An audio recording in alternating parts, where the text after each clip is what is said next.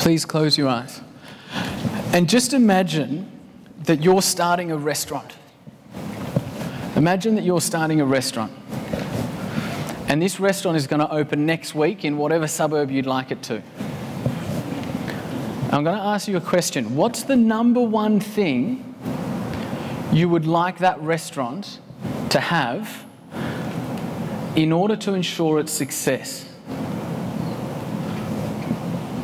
Just in your mind, with your eyes closed, take a tour of your restaurant. Look around. Is it the people? Is it the location? Is it the fit out? Is it the ambience? Is it the... what is it? What's the number one thing you want that restaurant to have? Please open your eyes. Who can tell me? What's the number one thing? Just yell it out. Whoa, Jesus. Sorry, what was that? Customers. Brilliant. What else? Happy customers. What else? Good food. Great service. Community style. What else? Business model. Quality experience. Hungry crowd. Someone's been with me before. Guys, the number one thing I reckon you would want as an early stage business owner is not good food, is not good service, is not style. The number one thing I reckon you should be going for is a hungry crowd. If you launch a business model that is genuinely addressing a demand in the marketplace, then you get traction so much faster. If we can find a crowd that is hungry, meaning we literally have a demand in the marketplace before we start, the traction of that business happens so much faster. Often what we see, guys, are early stage businesses and they're a solution looking for a problem. We've built a product, we've built a website, we've built a whatever. However, we don't really know what problem it serves. We're still trying to find our market. It's no good being a solution looking for a problem. You have to be genuinely addressing a demand in the marketplace. One of BRW's top 5 young entrepreneurs was a lovely lady named Lorraine Murphy, who would have been on stage today, but she's away right now. She'll be back tomorrow. And Lorraine had been in PR for about 8 years.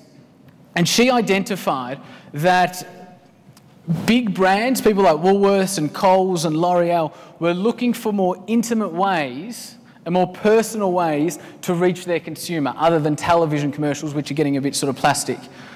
Yeah? They were looking for more personal ways to do this. She also found that there was 9 or 10 what she calls mummy bloggers around Australia who blog and have audiences of hundreds of thousands of mums reading their blog every day. So Lorraine thought, okay, I reckon there's a bit of a hungry crowd here. We've got bloggers over here that want to turn their website and their blog into more income. And there's brands over here that want to reach that audience but don't know how. Why don't I start a blogging agency that essentially sits in the middle of those two parties and I'll connect the two of them? She didn't stop there, because we never know what the market wants, guys. You know, one rule of branding that you might have heard is ask them what they want and give it to them. I disagree with that statement. I'll tell you a better one in a couple of minutes.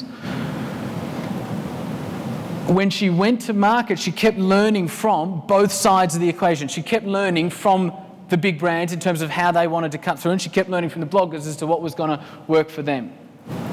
Now, 12 months later after starting, and this is what I mean by getting traction fast, 12 months later after starting, all of the brands I just mentioned, Coles, Woolworths, L'Oreal, there's heaps. There's probably like 15 clients of that stature are all Lorraine's clients today.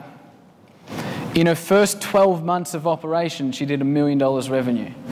She's now looking at the UK. Who reckons that's a pretty good result for the first 12 months of business, by show of hands? Totally it is. Yeah, let's give Lorraine a massive round of applause. She's a superstar.